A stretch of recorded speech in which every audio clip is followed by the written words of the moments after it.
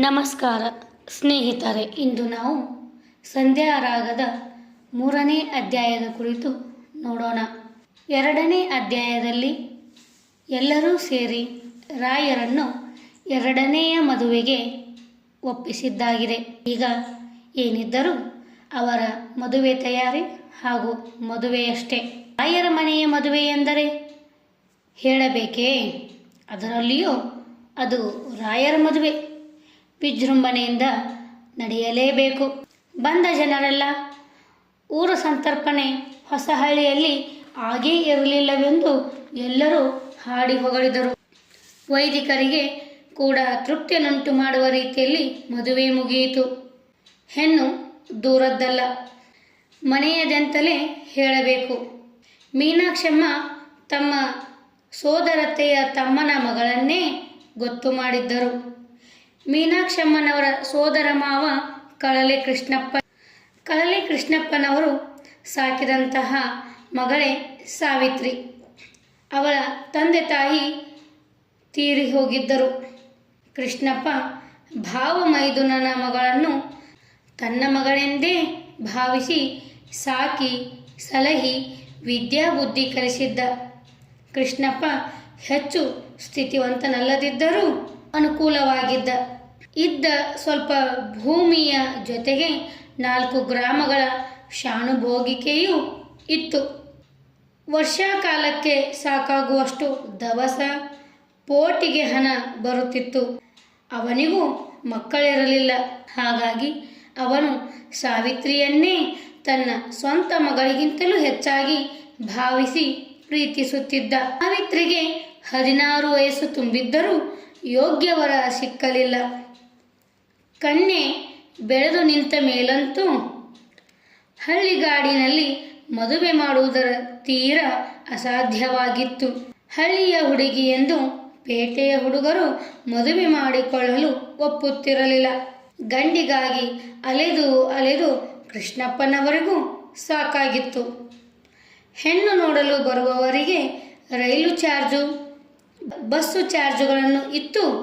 ಕೃಷ್ಣಪ್ಪನ ಭಂಡಾರ ಬರಿದಾಗಿತ್ತು. ಇವುಗಳಿಗೆ ಕಳಸವಿಟ್ಟಂತೆ ಹೆಣ್ಣು ನೋಡ ಬಂದ ಭಾವಿ ಬೀಗರ ಮತ್ತು ಅಳಿಯನ ಆತಿಥ್ಯ ಮಾಡಿ ಮಾಡಿ ಕೃಷ್ಣಪ್ಪ ಬೇಸತ್ತಿದ್ದ.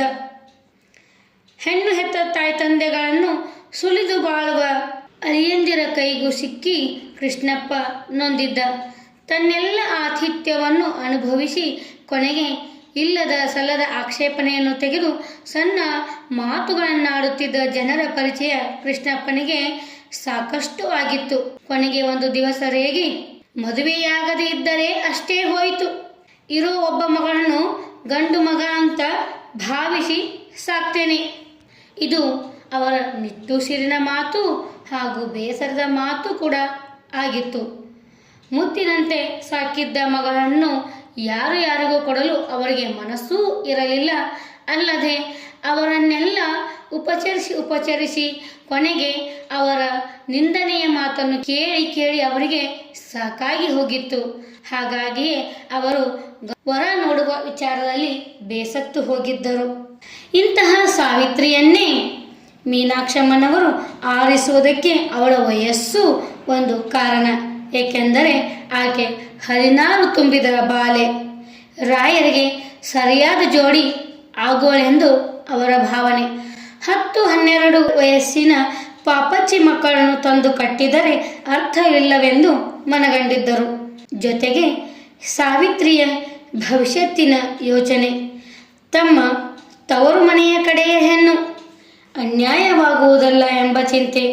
ಅಲ್ಲದೆ ಅವಳು ತನ್ನದೇ ಮನೆಗೆ ಬಂದರೆ ಅವಳನ್ನು ತಂಗಿಯಾಗಿ ನೋಡಿಕೊಂಡು ಅವಳಿಗೆ ಉತ್ತಮ ಜೀವನ ಕೊಡುವುದು ಕೂಡ ಅವರ ಉದ್ದೇಶವಾಗಿತ್ತು.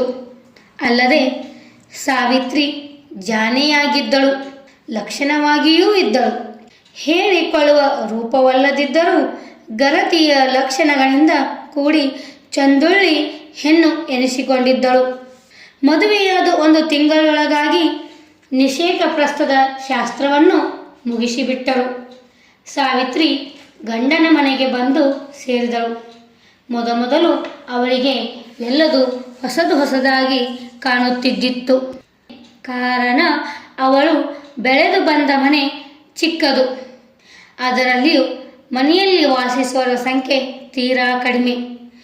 ದವಸ ಧಾನ್ಯಗಳು ಅಷ್ಟಿಷ್ಟೋ ಎನ್ನುವಂತಿತ್ತು.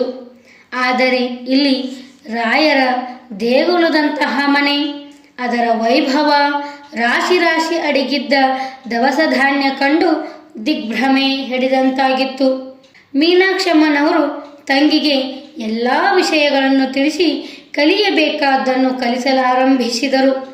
ಮುಖ್ಯವಾಗಿ ರಾಯರೊಂದಿಗೆ ಆಕೆ ಹೊಂದಿಕೊಂಡು ಜೀವನ ನಡೆಸಲು ಅವರ ಸ್ವಭಾವ, ಅವರ ಅಭಿರುಚಿ, ಆಕಾಂಕ್ಷೆ ಹಾಗೂ ದೇಹ ಗುಣದ ಪರಿಚಯ ಮಾಡಿಕೊಟ್ಟು ಗಂಡನ ಸೇವೆಯನ್ನು ಹೇಗೆ ಸಲ್ಲಿಸಬೇಕೆಂದು ಕೂಲಂಕುಷವಾಗಿ ತಿಳಿಸುತ್ತಿದ್ದರು. ಒಂದು ದಿವಸ ಮೀನಾಕ್ಷಮ್ಮನವರು ಸಾವಿತ್ರಮ್ಮನಿಗೆ ಜಡೆ ಹೆಣೆಯುತ್ತಾ ಕುಳಿತಿದ್ದರು. ಹೆಣಿಗೆಯು ಮುಗಿಯುತ್ತಾ ಬಂದಿತ್ತು. ಆಗ ಮೀನಾಕ್ಷಮ್ಮ, ಸಾವಿತ್ರಮ್ಮ, ತವರು ದೂರ ಆಯ್ತಂತ ಯಾವುದಕ್ಕೂ ಸಂಕೋಚ ಪಟ್ಟುಕೊಳ್ಳಬೇಡಮ್ಮ.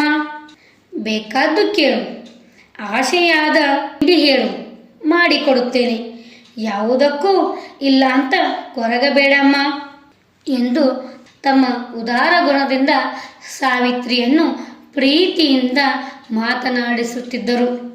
ಆಗ ಸಾವಿತ್ರಿ, ನೀವಿರುವಾಗ ನನಗೆ ಯಾತರ ಕೊರತೆ ಅಕ್ಕ? ನೀವೇ ನನ್ನ ತಂದೆ ತಾಯಿ, ಬಂಧು ಬಳಗ ಎಲ್ಲ ಆಗಿದ್ದೀರಿ. ಎಲ್ಲೋ ಬಿದ್ದಿದ್ದವಳನ್ನು ತಂದು ಪಕ್ಕದಲ್ಲಿ ಕೂಡಿಸಿಕೊಂಡಿರಿ. ತಂಗಿ ಎಂದು ಕರೆದಿರಿ, ಮಗಳು ಎಂದು ಭಾವಿಸಿದಿರಿ. ಅರೆ, ಒಂದು ಮಾತು ಅಕ್ಕ, ನೀವು ನನ್ನ ಸಾವಿತ್ರಮ್ಮ ಅಂತ ಏಕೆ ಕರೆಯುತ್ತಿದ್ದೀರಿ? ಸಾತು ಅನ್ನಿ, ಸಾತಿ ಅನ್ನಿ, ಬೇಕಾದನ್ನಿ, ಹಾಗೇ ಆಗಲಿ ಸಾತು. ಈಗ ಸಮಾಧಾನವಾಯಿತೋ? ಈ ಕಾದಂಬರಿಯನ್ನು ಓದುತ್ತಿರುವಾಗ ನನಗೆ ಅವರಿಬ್ಬರಿಗೂ ಇರುವಂತಹ ಸಲುಗೆ, ಪ್ರೀತಿ, ಅದರಲ್ಲಿಯೂ ಅವರು ಒಬ್ಬರಿಗೊಬ್ಬರು ಅರ್ಥ ಮಾಡಿಕೊಳ್ಳುತ್ತಿರುವುದು ತುಂಬ ಸ್ಪಷ್ಟವಾಗಿ ಹಾಗೂ ಅರ್ಥಬದ್ಧವಾಗಿ ಲೇಖಕರು ವಿವರಿಸಿದ್ದಾರೆ ಎಂದು ಅನಿಸಿತು. ಮೀನಾಕ್ಷಮ್ಮನವರು ಅರೆಕ್ಷಣ ಸಾವಿತ್ರಿಯನ್ನು ದಿಟ್ಟಿಸಿ ನೋಡಿ, ಅವಳ ಕಿವಿಯಲ್ಲಿದ್ದ ಕೆಂಪಿನೋಲೆ ತೆಗೆದು ಅದರ ಬದಲು ತಮ್ಮ ಕಿವಿಯಲ್ಲಿದ್ದ ವಜ್ರದೋಲೆ ಹಾಕಿ ಅವಳ ಮುಖ ದಿಟ್ಟಿಸಿ ನೋಡಿ, ಈಗ ಸಾವಿತ್ರಿನೂ ಸಾವಿತ್ರಿ ಹಾಗೆ ಕಾಂತಿಕನೇ ತಾಯಿ. ಕಿವಿ ಏನೋ ಬಿಕೋ ಅಂತಿತ್ತು, ಈಗ ಒಳ್ಳೆ ಚಂದವಾಯಿತು ಎಂದು ಹರಸಿದರು. ಸಾವಿತ್ರಿಯ ಕಣ್ಣುಗಳಲ್ಲಿ ನೀರೂರಿತು. ಎದ್ದು ಅಕ್ಕನಿಗೆ ನಮಸ್ಕಾರ ಮಾಡಿದಳು. ಇದೇನು ಮಾಡಿದಿರಿ ಅಕ್ಕ ನೀವು? ನಿಮ್ಮ ಕಿವಿದು? ಏನೂ ಚಿಂತೆ ಇಲ್ಲ ಸಾತು, ನಾನು ಹಾಕಿಕೊಂಡರೇನು, ನೀನು ಹಾಕಿಕೊಂಡರೇನು ಎಂದು ಸಮಾಧಾನ ಹೇಳಿ ಆ ಮಾತನ್ನು ಬೇರೆಯ ಮಾತಿಗೆ ತಿರುಗಿಸಿಬಿಟ್ಟರು. ರಾಯರು ಆ ಹೊತ್ತಿಗೆ ಮನೆಗೆ ಬರಲು ಫಲಹಾರ ಅಣಿ ಮಾಡಲು ಇಬ್ಬರು ಅಡಿಗೆ ಮನೆಗೆ ತೆರಳಿದರು. ರಾಯರು ಕೈಕಾಲು ತೊಳೆದುಕೊಂಡು ತೊಟ್ಟಿಯಲ್ಲಿ ಕುಳಿತರು. ಸಾವಿತ್ರಿಯೇ ತಿಂಡಿ ತಟ್ಟೆಯನ್ನು ತಂದಿಟ್ಟು ಹೊರಟು ಹೋದಳು. ಎರಡನೆಯ ಸಲ ಅವಳೇ ಕಾಫಿಯನ್ನು ತಂದಿಟ್ಟಳು. ಮೀನನ್ನ ಕರೆ ಎಂದು ರಾಯರು ಹೇಳಿದರು. ರಾಯರು ಕಾಫಿ ಪಾತ್ರೆಯನ್ನು ಕೈಯಲ್ಲಿ ಹಿಡಿದು ಮೀನಾಕ್ಷಮ್ಮನವರನ್ನು ದಿಟ್ಟಿಸಿ ನೋಡಿದರು. ಮೀನಾಕ್ಷಮ್ಮ ಸ್ವಲ್ಪ ಗಾಬರಿಯಾದರು. ಯಾಕೆಂದ್ರೆ ಹೀಗೆ ನೋಡುತ್ತೀರಿ? ಯಾಕೂ ಇಲ್ಲ, ನಿನ್ನ ಕಿವಿ ನೋಡಿದೆ, ಅವಳ ಕಿವಿಯೂ ನೋಡಿದೆ ಅಷ್ಟೇ. ನಂದೇನು? ಹುಡುಗಿ ಅವಳು, ಇಟ್ಟುಕೊಳ್ಳಲಿ ಎಂದು ತೆಗೆದಿಟ್ಟೆ. ನನಗೆ ಆ ವಜ್ರದ ಓಲೆಗಿಂತ ಇದೇ ಹೆಚ್ಚು ಒಪ್ಪುತ್ತೆ ನೋಡಿ. ರಾಯರು ಮೀನಾಕ್ಷಮ್ಮನವರ ಕೈ ಹಿಡಿದು ಹತ್ತಿರ ಕುಳ್ಳಿರಿಸಿಕೊಂಡು ಗದ್ಗದಗೊಂಡಿದ್ದ ದನಿಯಿಂದ, ಮೀನಾ, ಹೀಗೆ ಮಾಡಬೇಡ. ಅವಳಿಗೆ ಬೇಕಾದರೆ ಒಂದು ಜೊತೆ ವಜ್ರದ ಓಲೆ ತರೋಣ. ನಿನ್ನದು ಯಾವುದು ಹೆಚ್ಚು ಕಡಿಮೆ ಮಾಡಬೇಡ, ಅದು ನನ್ನ ಪ್ರಾರ್ಥನೆ. ಇಷ್ಟು ನಡೆಸಿಕೊಡುತ್ತೀಯೋ ಇಲ್ಲವೋ? ಮೀನಾಕ್ಷಮ್ಮನವರು ತಲೆ ತಗ್ಗಿಸಿದರು. ಕಣ್ಣಿಗೆ ಆಶ್ರಯ ಕೊಟ್ಟಿದ್ದ ಮೊಣಕಾಲು ನೆನೆಯಿತು. ಗಂಡನ ಮುಖವನ್ನೊಮ್ಮೆ ನೋಡಿ ಕ್ಷಮಿಸಿ ಎಂದರು. ಮಾತು ಮೂಕವಾಯಿತು, ಆದರೆ ಹೃದಯದ ಸಂದೇಶ ಹೃದಯಕ್ಕೆ ಮುಟ್ಟಿತು. ಈ ದಂಪತಿಗಳ ದಾಂಪತ್ಯ ಎಲ್ಲರಿಗೂ ಮಾದರಿಯಾಗಲಿ ಎಂದು ಆಶಿಸುತ್ತಾ ಈ ಕಥಾ ಸರಣಿಯನ್ನು ಮುಗಿಸುತ್ತೇನೆ. ವಂದನೆಗಳು.